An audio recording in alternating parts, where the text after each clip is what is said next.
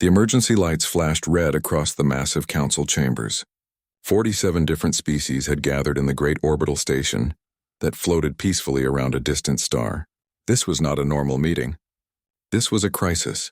Ambassador Shalara clicked her mandibles together nervously. Her insectoid body reflected the harsh emergency lighting as she stood before the assembled representatives. In her 6 hands she held data tablets that glowed with terrible news. "Honored members," she began, her translator converting her clicks into words everyone could understand. "The Vareth swarm has issued their final ultimatum. They want the Talveen system. All 7 planets. All 3 billion inhabitants. They have given us 10 standard cycles to respond."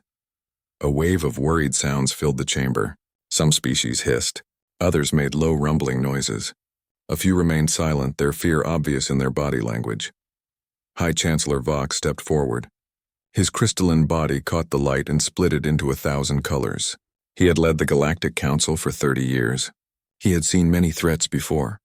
"We all remember what happened last time we fought the Varath," Vox said. His voice was calm but sad.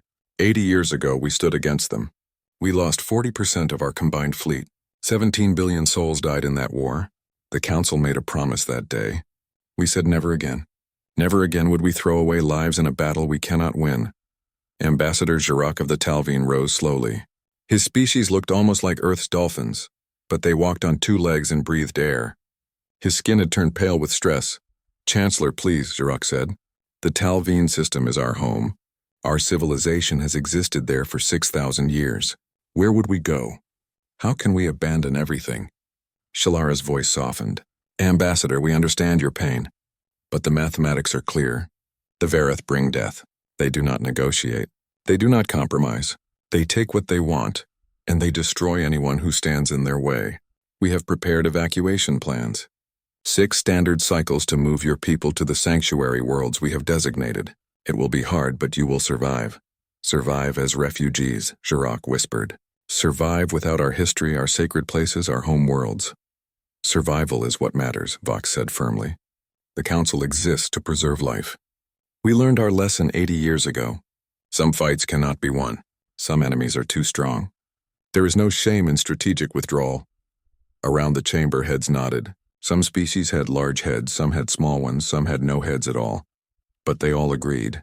This was the way of the Council. When faced with overwhelming force, they retreated. They preserved their people. They lived to see another day. "We will put it to a vote," Vox announced. "All in favor of initiating emergency evacuation protocols for the Talveen system, signify now." One by one, the lights above each delegation turned green. 45 green lights appeared. Only one light remained dark, neither green nor red. It was gray, meaning abstention. The gray light belonged to the humans. Marcus Chen sat quietly in the human delegation seat. He was 53 years old, with gray hair at his temples and tired eyes that had seen too much. He had been Earth's ambassador to the Galactic Council for 3 years. Humanity had only joined the Council 15 years ago, still considered newcomers by species who measured their civilizations in tens of thousands of years. "Ambassador Chen," Vox said, turning his crystalline body toward the human. "You abstain from the vote?" Chen stood slowly. He was not a tall man by human standards, but something in the way he moved made others pay attention. "High Chancellor, I abstain because I cannot vote on this matter yet," Chen said. His voice was quiet but clear. "I must consult with my government. I formally request 48 hours before the evacuation order becomes official." Surprise rippled through the chamber. Shalara's antennae twitched with confusion. "Ambassador Chen, surely Earth agrees with the Council's decision. This is not a matter for debate. The Varath cannot be stopped." "I do not question the Council's decision for its own members," Chen replied carefully. "I only ask for time to receive instructions from Earth before we commit to any course of action." Vox studied the human with his multifaceted eyes. Humans were still a mystery to many Council species. They looked fragile, soft-skinned and weak compared to many other species. They had no natural armor, no claws, no venom. They came from a medium-sized planet around an average star. Nothing about them seemed special. Yet in 15 years, humans had integrated into Council society faster than any species in history. They learned quickly. They adapted. They built relationships. And sometimes, like now, they did unexpected things. Very well, Vox said. We grant Earth 48 hours. The evacuation will not begin until then. But Ambassador Chen, I hope you understand the urgency. Every hour we delay, we risk Verath forces arriving early. We cannot protect the Talveen if we are still evacuating when the enemy arrives. I understand completely, High Chancellor, Chen said. He bowed his head slightly, a human gesture of respect. Earth will have an answer within 48 hours. As the council session ended, ambassadors began filing out of the Great Chamber. Many stopped to speak with Jirok, offering condolences and promises of help with the evacuation. The Talveen ambassador accepted their words with dignity, but his skin remained pale, his eyes distant. Chen walked slowly through the curved corridors of the station, heading back to the human embassy section.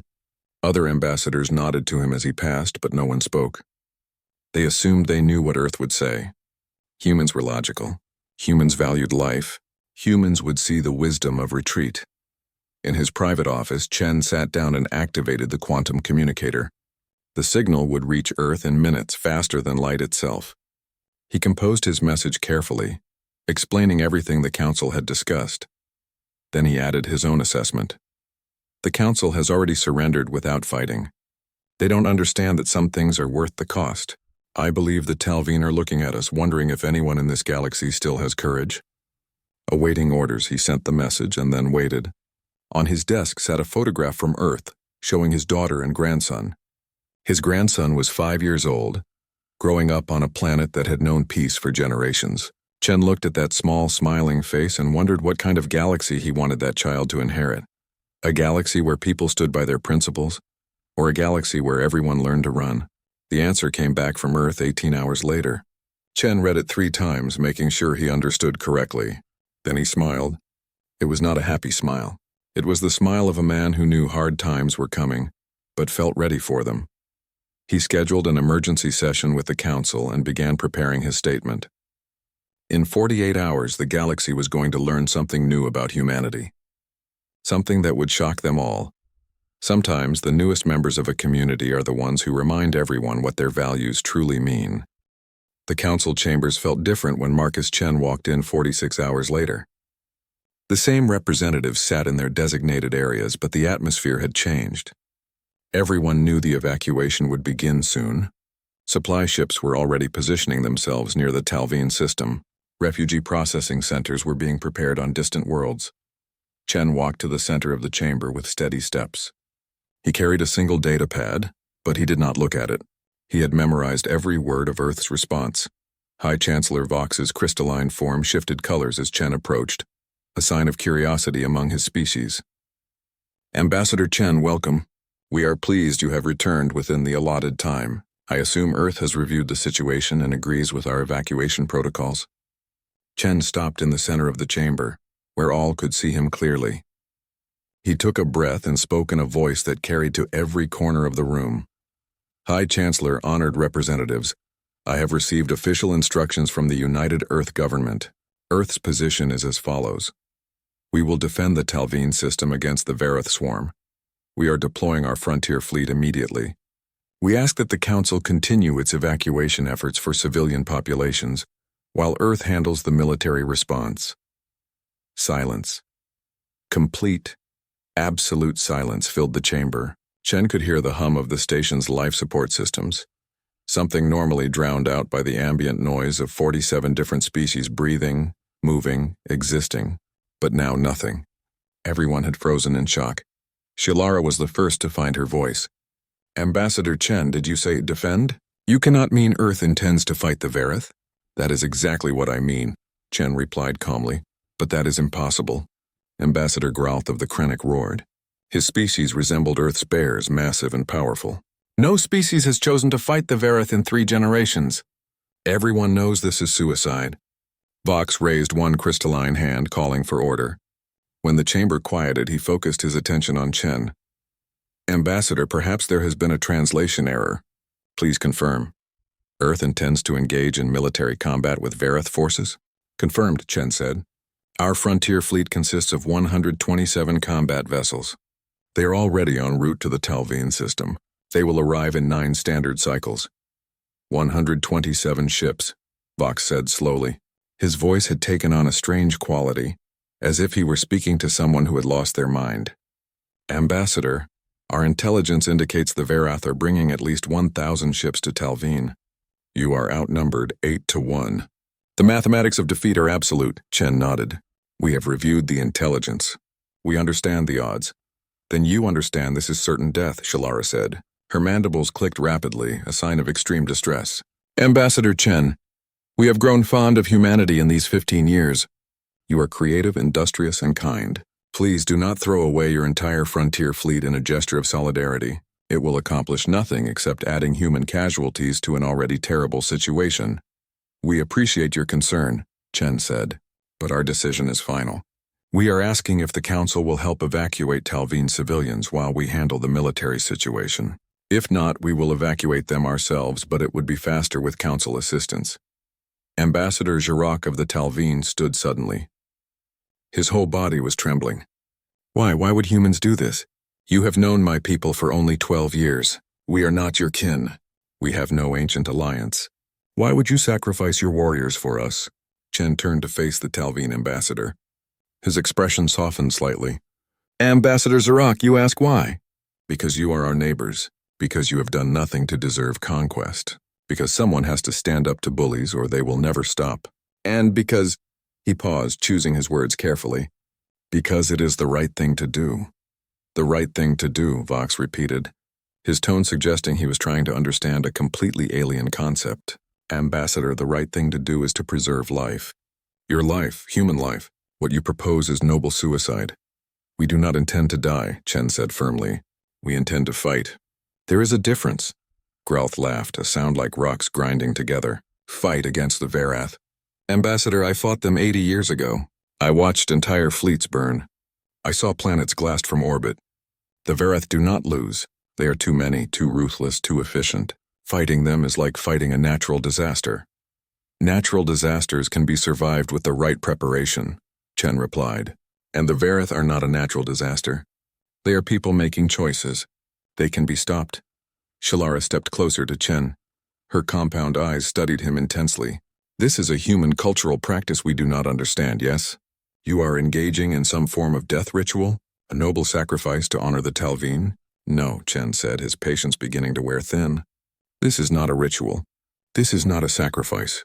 This is a military operation with clear objectives. We intend to inflict maximum casualties on Varath forces, break their assault and force them to withdraw. Impossible, Vox said flatly. The Varath have never been forced to withdraw. Not in recorded history. Then it's time someone made history, Chen replied. Another long silence followed. Representatives looked at each other, trying to understand what they were hearing. Finally, Vox spoke again. If this is truly Earth's decision, the Council will respect it. We will continue evacuation operations for Talveen civilians as you requested. We will also, he hesitated, we will document your fleet's actions, so that others may remember human courage, even if we cannot understand human logic. Thank you, High Chancellor, Chen said. He bowed slightly. Jirac approached Chen, moving with the slow deliberation of someone in shock. Ambassador, if you survive this, the Talveen people will owe you a debt that can never be repaid. And if you do not survive, his voice broke, we will make sure the galaxy remembers that humans stood for us when no one else would. We will survive, Chen said, with more confidence than he felt. And when this is over, perhaps the Council will reconsider its policy of automatic retreat. As the session ended, Chen made his way back to the human embassy. He knew what the other ambassadors were saying as they left. They were calling humans insane, irrational, emotional creatures who could not do basic mathematics. They were already composing memorials for the human fleet. Let them think what they want, Chen thought. In 9 days they would see what humans were really capable of. They would learn that Earth had not survived ice ages, world wars, and near-extinction events by running away from problems. Humanity had survived by fighting, by refusing to give up, by standing together when everything seemed hopeless. The Varath were about to get a lesson in human stubbornness. And the Galactic Council was about to witness something they had forgotten was possible, someone fighting back. Chen opened a communication channel to Admiral Sarah Okonkwo, commander of the Frontier Fleet. Her face appeared on the screen, dark-skinned and determined with the kind of eyes that had seen combat before. "Admiral, the Council thinks we are committing suicide," Chen said. Okonkwo smiled grimly. "Then they're going to be very surprised when we win. See you in 9 days, Ambassador, and make sure they're watching." "I want them to see everything." The channel closed. Chen sat alone in his office and thought about what was coming. He was not a military man. He was a diplomat. But he understood one thing very clearly. Sometimes diplomacy required showing strength, and Earth was about to show the galaxy exactly how strong humans could be when defending their friends. War Master Krell of the Varath Swarm studied the tactical display with satisfaction. His species had conquered 47 star systems in the last century. They were efficient, ruthless, and utterly dominant in warfare.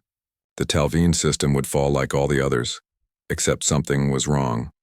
War Master, his tactical officer, reported, "We are detecting 129 vessels in defensive formation around Talveen Prime. They are not council ships. The signatures match human design." Krell's 4 eyes focused on the display. Humans, the newest council species. He had read the reports about them. Weak, soft-bodied creatures from an unremarkable world. They had joined the council only 15 years ago and had no significant military victories in their records. Humans? Krell's voice carried amusement. Are they lost? Why would they be here? "War Master, they are hailing us. Put them through. This should be entertaining." A human female appeared on the communication screen. She wore a dark blue uniform with symbols that indicated rank.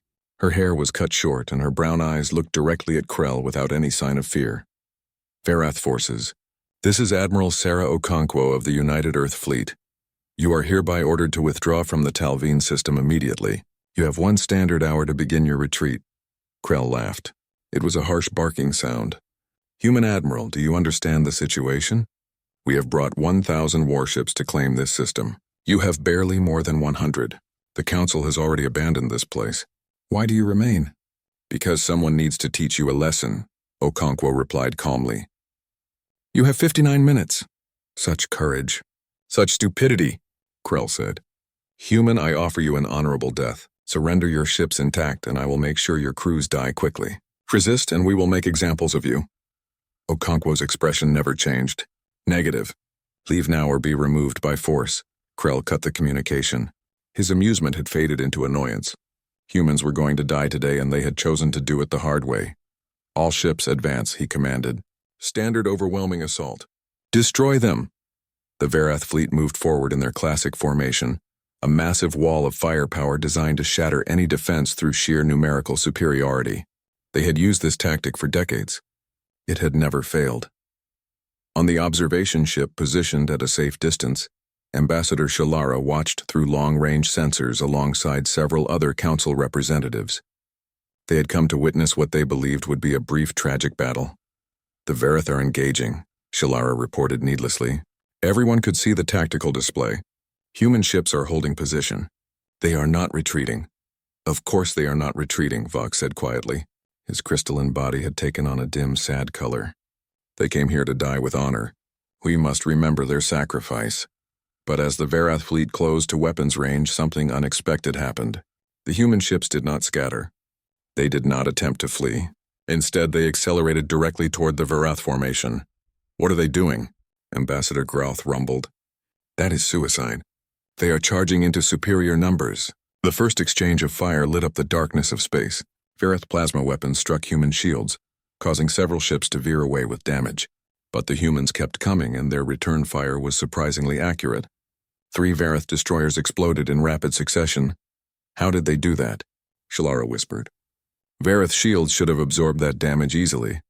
On the human flagship, Admiral Okonkwo watched her tactical display with intense focus. "Target their shield generators first, then their weapons arrays. Work in 3 ship teams. Alpha formation." Human ships moved with surprising coordination, breaking into small groups that attacked specific points in the Varath formation.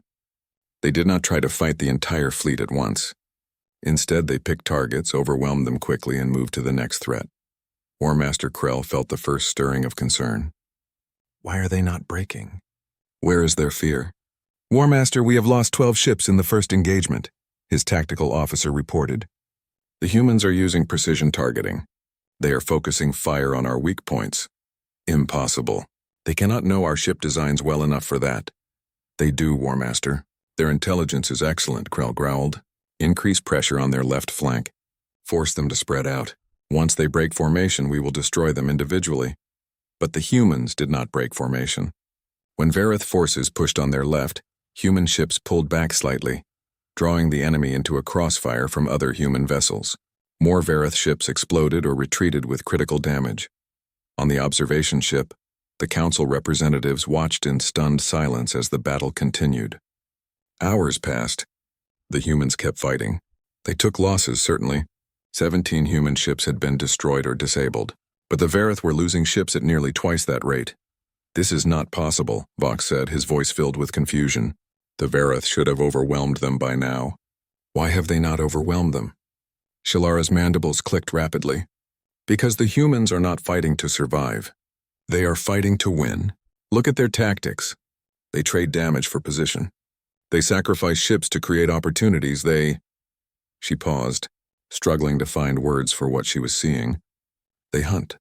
A human destroyer, badly damaged and venting atmosphere, suddenly accelerated toward a Vareth carrier. The council representatives watched in horror as the human ship crashed directly into the carrier's hull. Both vessels exploded in a brilliant flash. They are using their ships as weapons, Growth said, his voice filled with disbelief. They crashed into that carrier deliberately. The crew chose to die, taking the enemy with them. This is madness, another ambassador whispered. But on the human flagship, Admiral Okonkwo felt pride and grief in equal measure. The destroyer's captain had made that choice himself, seeing an opportunity to eliminate a major threat. That was the kind of courage her people possessed. That was what made humans dangerous. All ships execute Protocol McCoy, she ordered. Time to show them what happens when you pick a fight with Earth. Human ships began moving in patterns that seemed reckless to Council observers.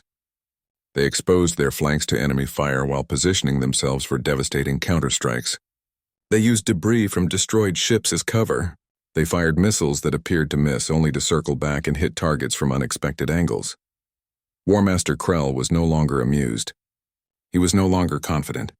For the first time in his 30-year military career, he felt something he had never experienced before. Uncertainty. How many ships have we lost? He demanded. 417 destroyed or disabled, War Master. The humans have lost 63. They are still fighting at full efficiency. That is impossible. They should be broken. They should be fleeing. War Master, humans do not flee. Our intelligence was wrong. These creatures are not soft. They are not weak. They are predators. Krell stared at the tactical display. His fleet still had numerical superiority, but the humans had done something no enemy had ever done before. They had made the Vareth swarm bleed. They had made the Vareth pay a real cost for conquest. And they showed no signs of stopping. Concentrate all fire on their flagship, Krell ordered. Kill their admiral. Without leadership, they will break. The Vareth fleet focused hundreds of weapons on Admiral Okonkwo's ship. The shields blazed with absorbed energy, then began to fail. Hull breaches appeared across the flagship. Emergency systems wailed. Admiral, we need to withdraw, her tactical officer shouted. Okonkwo gripped her command chair. No, signal all ships. Final push. Target the War Master's vessel. Everything we have. Every remaining human ship turned toward Krell's massive command carrier. They fired every weapon, launched every missile, directed every ounce of power into one coordinated assault. The Council observers watched as human ships, some barely functional, pressed their attack with absolute determination. This was not warfare as they understood it. This was something primal, savage, and terrifyingly effective. Krell's shields collapsed. His armor failed. His ship began to break apart. In the moment before the emergency teleportation system saved him, War Master Krell understood. These humans were not like the Council species. They had not evolved as herd animals who valued safety above all. They were hunters who had climbed to the top of their world's food chain through intelligence, cooperation, and sheer bloody-minded refusal to give up. The Vareth had made a terrible mistake. They had assumed humans would be easy prey. They were wrong. The battle had been raging for 18 hours. Admiral Okonkwo sat in her damaged command chair, her uniform stained with blood from a cut on her forehead. Around her, the bridge crew worked with desperate efficiency, keeping their crippled flagship in the fight. "Status report," she ordered, her voice hoarse from shouting commands. "Shields at 12%, portside weapons offline. We have hull breaches on 7 decks, 43 ships destroyed, 21 severely damaged but still fighting. Enemy has lost 460 ships." Okonkwo allowed herself a grim smile.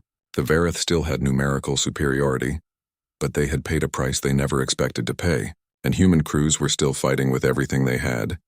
"Admiral," the communications officer shouted. "We're detecting new ships entering the system. Reading." "Oh my God, Admiral, you need to see this." The tactical display updated. Dozens of new contacts appeared, approaching from human space. But these were not military vessels. The signatures showed merchant ships, mining vessels, transport haulers, and even 3 massive generation ships that had been traveling between colonies. "What are civilians doing here?" Okonkwo demanded. "Who authorized this?" "No one, Admiral. They authorized themselves. We're receiving transmissions from all of them. They say they heard about the battle. They came to help." Okonkwo stared at the display in disbelief. These people had flown into a war zone voluntarily. They had brought their civilian ships, armed them with whatever weapons they could mount, and come to fight. On the Council observation ship, Ambassador Shalara made a sound that her translator could not process. It was pure shock mixed with horror. "Are those civilian vessels?" Vox asked, his crystalline body flickering with confusion. "They are bringing non-military ships into combat?" "This is insanity." "This is humanity," Ambassador Chen said quietly. He had joined the observers an hour ago, watching his people fight and die. Every single one of those ships volunteered. I tried to stop them. The government tried to stop them. But humans are stubborn. When their military fights, their civilians want to fight too. "But they will be slaughtered," Shalara protested. "Civilian ships have no armor, minimal weapons, no training." Chen looked at her with tired eyes. "They know that. They came anyway. That's what makes us human. We stand together or we fall together. There is no in-between." One of the merchant ships, a massive hauler called the Determined Venture, opened a channel to Admiral Okonkwo. The captain was a woman in her 60s wearing a civilian flight suit covered in grease stains. "Admiral Okonkwo, this is Captain Maria Torres of the Determined Venture. We're hauling 73 mining lasers that we've rigged to fire in sequence. Where do you want us?" Okonkwo felt emotions she had trained herself to suppress threatening to overwhelm her. These were her people. Brave, foolish, magnificent people who could not stand by while others fought for them. "Captain Torres, you should not be here," Okonkwo said, her voice breaking slightly. "With respect, Admiral, that's not your decision. We're here. We're armed. Put us to use or we'll find targets ourselves." Okonkwo took a deep breath and made her decision. "All civilian vessels, this is Admiral Okonkwo. I cannot order you to fight, but if you choose to stay, coordinate with Commander Richards on Tactical Channel 7. He will assign you positions in the formation." A chorus of acknowledgements came back. 63 civilian ships began moving into position, slotting themselves into gaps in the human fleet's formation. They were slow, clumsy, and vulnerable, but they had weapons, they had determination, and they had courage. War Master Krell, watching from his backup command ship, could not comprehend what he was seeing. They brought their civilian population into the battle? What kind of species does that? His tactical officer had no answer. The Varath conquered through overwhelming military force. Their civilians never participated in combat. The idea of merchant captains and miners choosing to fight was completely alien to them. Admiral Okonkwo opened a general broadcast on all frequencies, including those she knew the Varath would intercept. She wanted them to hear this. She wanted the Council to hear it. She wanted the entire galaxy to hear it. "Vareth Swarm, you wanted to know why we fight? Let me show you. Humans do not have the strongest bodies. We do not have natural weapons or armor. We do not have the biggest ships or the most advanced technology. What we have is each other. Every human watching this battle right now would trade places with us if they could. Every human who learns of this will remember it forever. We fight not because we love war, but because we love peace enough to defend it. We fight not because we hate you, but because we will not let you hurt our friends. And we fight because surrender is not in our nature. It never has been. It never will be." She paused, letting her words sink in. "You can retreat now, or we can continue this battle until only one side remains. But understand this, we will never stop fighting. We will never give up. You can kill every human in this system and others will come. You can glass our planets and we will rebuild. You can win every battle, but you will never win the war. Because humans do not quit, the channel closed. In the silence that followed, Admiral Okonkwo gave her next order. All ships, including civilian vessels, execute Protocol Thermopylae. We're going to show them what humans can do when we stop holding back. Protocol Thermopylae was named after an ancient human battle where a small force held off an enormous army. The protocol turned every ship in the fleet into a potential weapon. It distributed command across all vessels so that the fleet could continue fighting, even if the flagship was destroyed. It synchronized data sharing so that every captain had access to the same tactical information in real time.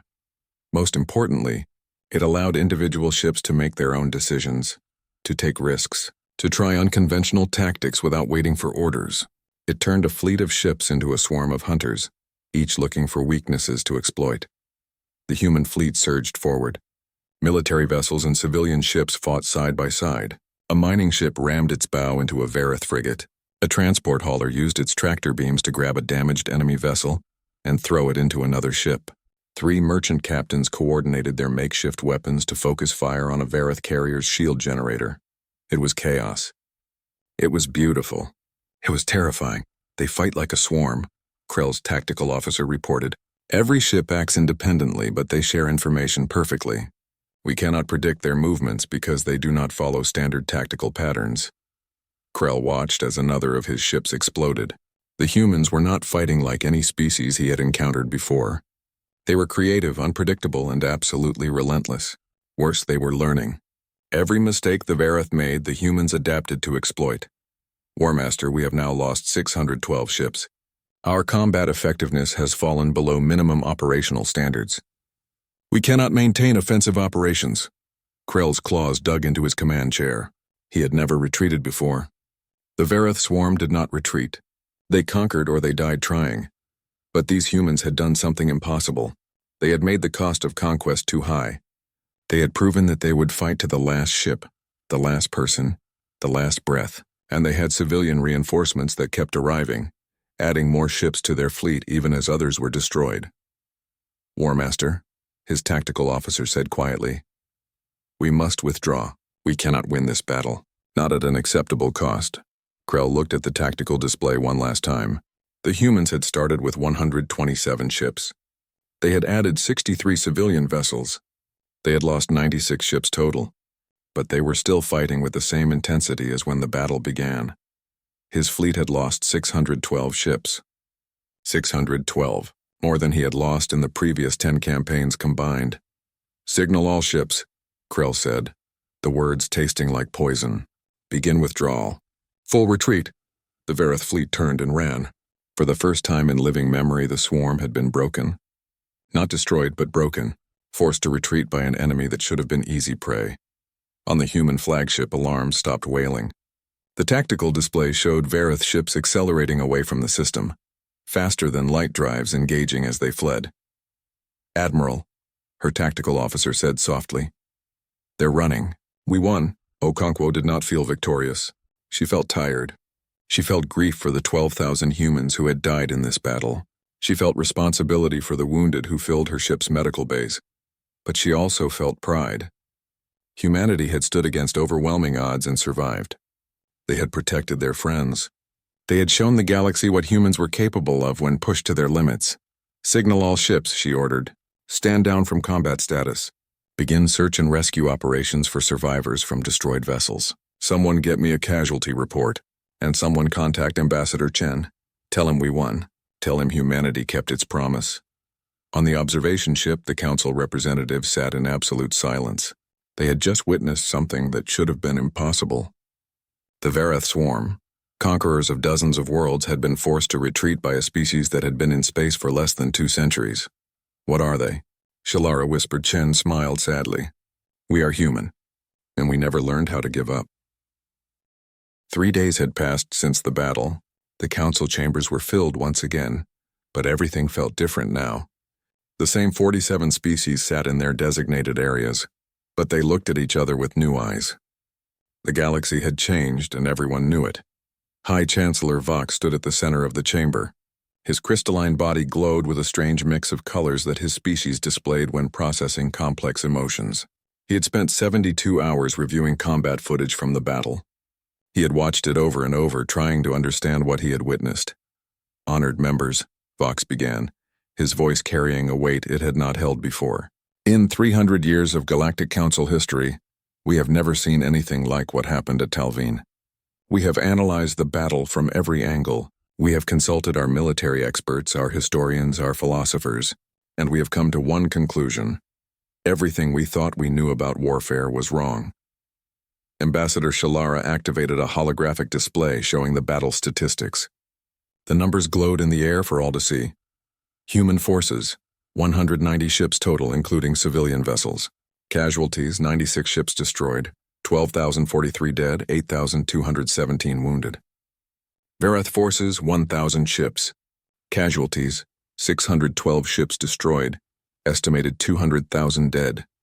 The Verath retreated. They have not returned. Silence filled the chamber as representatives absorbed these numbers. The mathematics were clear. One human ship had been worth more than 6 Verath ships in combat. A species that had joined the Council only 15 years ago had accomplished what no one else had managed in 3 generations. Ambassador Jirac of the Talveen stood slowly. His skin had regained its normal color, though his eyes still showed the trauma of nearly losing everything. His voice shook as he spoke. 3 days ago, my people prepared for extinction. We packed our most precious belongings. We said goodbye to our sacred places. We accepted that our civilization would become nothing more than refugees scattered across distant worlds. He paused, struggling with emotion, but humans said no. Humans who barely knew us, who had no obligation to help us, who stood to gain nothing from defending us, came to our aid.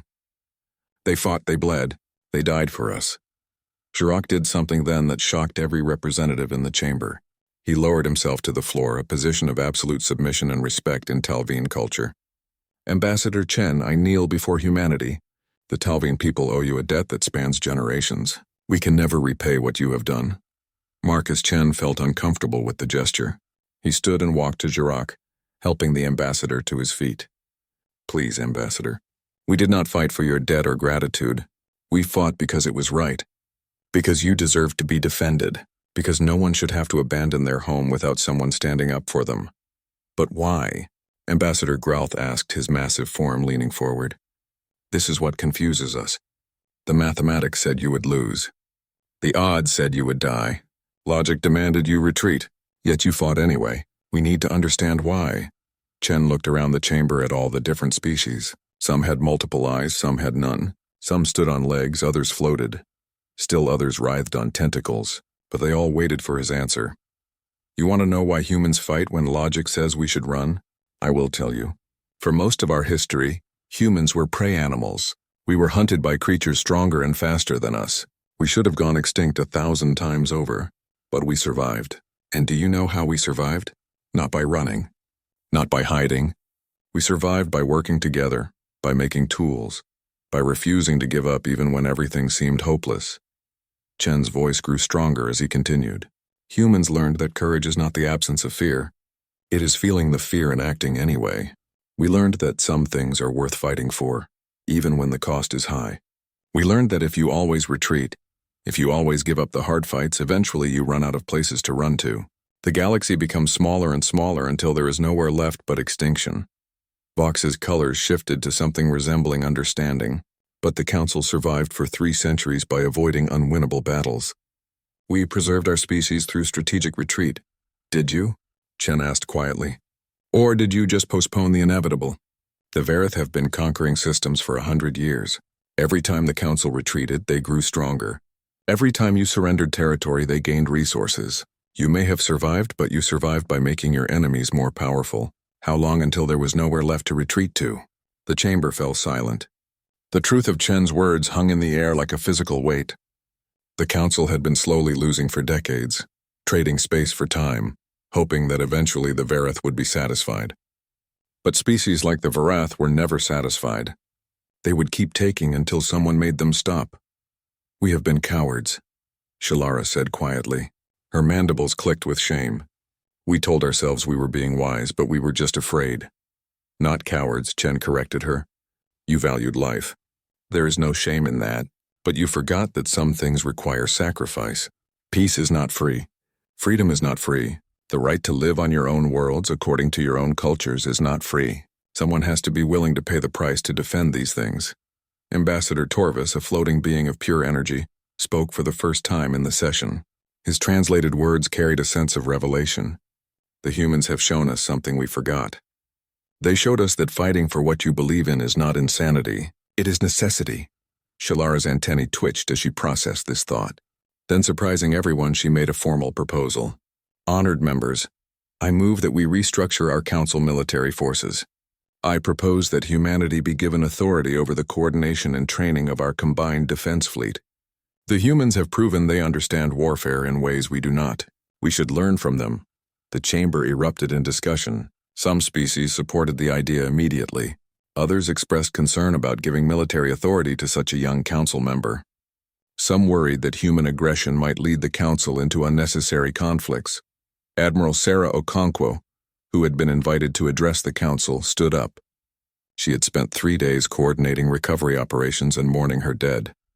But she had come when called. Her uniform was clean, but exhaustion showed in every line of her face. Honored representatives, she said, I understand your concerns. Humans are aggressive by your standards. We are willing to fight when others would retreat. But please understand, we do not love war. War is terrible. War is loss and pain and death. Every human who died at Telvine was someone's child, someone's parent, someone's friend. We mourn them deeply. Okonkwo paused, gathering her thoughts. But we believe that peace without the will to defend it is just a pause between conquests. We believe that freedom requires eternal vigilance. We believe that good people must stand against bad people, even when it is hard, even when it costs, even when it hurts. If you want to learn from us, we will teach you. But you must understand, we cannot teach you to fight unless you first decide that some things are worth fighting for. The debate continued for hours. Arguments flew back and forth across species lines. Some feared human military doctrine would lead to more conflicts. Others argued that the old doctrine had already led to decades of losses. Finally, Vox called for a vote. All in favor of establishing a human-led military coordination program for Council Defense Forces, signify now. The lights appeared above each delegation. Green for yes, red for no. The counting seemed to take forever. 41 green lights, 6 red lights. The measure passed. Chen felt a weight settle on his shoulders. This was what humanity had wanted, wasn't it? To be accepted, to be respected, to have a voice in galactic affairs. But it came with enormous responsibility. Earth would now be responsible for teaching dozens of species how to defend themselves. How to stand and fight when retreat seemed easier. How to value courage over comfort. In the days that followed, Admiral Okonkwo began meeting with military leaders from across the council. She taught them human tactics, human strategy, human thinking. Some species learned quickly. Others struggled with concepts that seemed reckless or illogical to them. But slowly, gradually, the council military began to change. Ships trained in new formations. Crews practiced aggressive maneuvers. Species that had avoided conflict for generations started remembering that they had teeth and claws and intelligence, and that sometimes these things needed to be used. 6 months after the Battle of Telvine, Verath scouts tested another council border. They had expected the same response they always received: retreat, negotiation, eventual surrender. Instead, they found a mixed fleet of 15 species waiting for them. The ships moved with human-taught tactics. The crews fought with newfound courage. And when the Verath scouts survived long enough to send a report back, they delivered a message that shocked their war master. The council had learned to fight back. The Verath scouts retreated without even attempting to test the defenses. For the first time in council history, the mere presence of a defensive fleet was enough to deter aggression.